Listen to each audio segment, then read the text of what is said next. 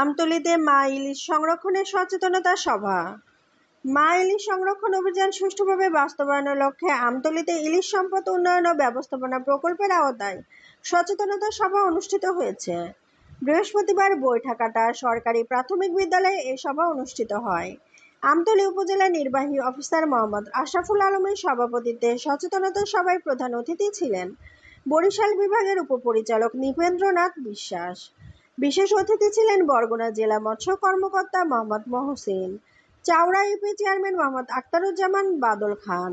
এছাড়াও তন্ময় কুমার দাসের সঞ্চালনায় সভায় বক্তব্য রাখেন ইসরাত হোসেন হিমেল, নয়নচন্দ্র ঘরামি, ছাত্র প্রতিনিধি মোহাম্মদ মোবাচ্ছের রেদওয়ান ও জেলে প্রতিনিধি সুবহান মোল্লা প্রমুখ। এবং বিভিন্ন পেশাজীবী নেতৃবৃন্দ এবং যাদের জন্য এই প্রোগ্রামটা, যাদের উদ্দেশ্যে আমাদের প্রাণপ্রিয় জেলে ভাইরা এবং মাছ ব্যবসায়ী ভাইরা, সবাইকে শুভেচ্ছা জানাচ্ছি।